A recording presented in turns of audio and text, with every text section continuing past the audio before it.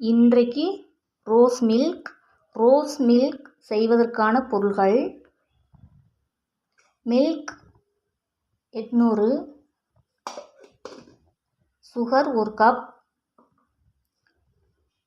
Rose milk mix 20 ml 1/4 spoon,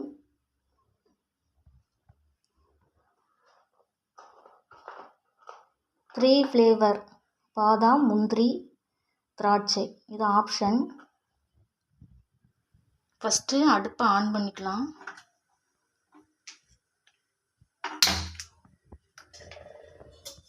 பாலை காய்ச்சிக்கலாம்.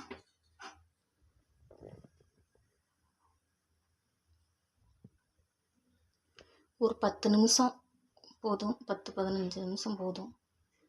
பால் நல்லா காஞ்சு நல்லா திக்கான வரணும். தண்ணிலாம் ஆட் பண்ணவே இல்லை.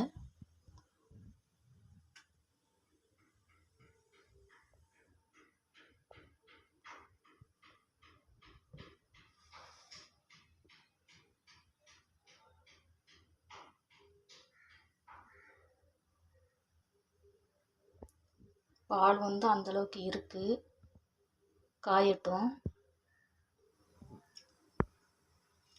பசும்பால் கிடைச்சா பசும்பால் வாங்குங்க. அப்படி பசும்பால் கிடைக்கலாட்டி பாக்கெட் பாலில் பண்ணலாம், நல்லாயிருக்கும் செஞ்சால்.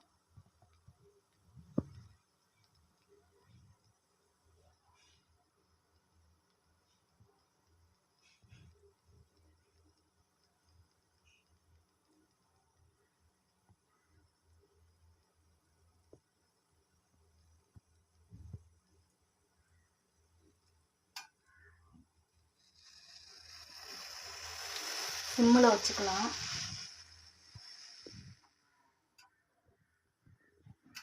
பால் பொங்கி வர்றதுக்குள்ள நம்ம சிம்மில் வச்சுக்கலாம், பொங்க விடாமல்.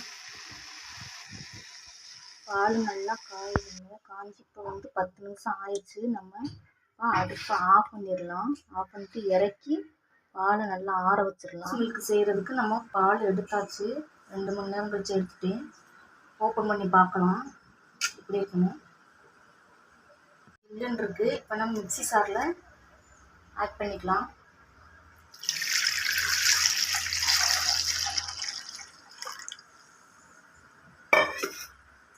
இதோட 1 கப் சுகரை ஆட் பண்ணிக்கலாம்.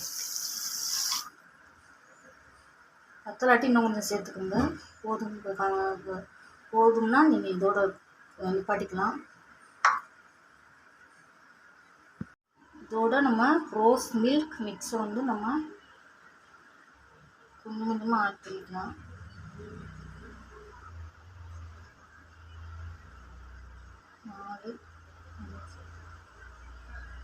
கரெக்டாக 1/4 ஸ்பூன் வந்துருக்குங்க.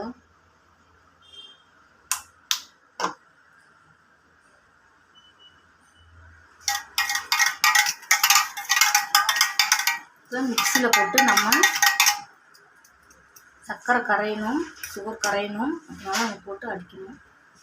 அடித்தா தான் நம்மளுக்கு இந்த ரோஸ் மில்க் நல்ல நுரையாக வரும். ரோஸ் மில்க்கு ரெடி ஆயிடுச்சு. இப்போ நம்ம சர்வ் பண்ணிக்கலாம்.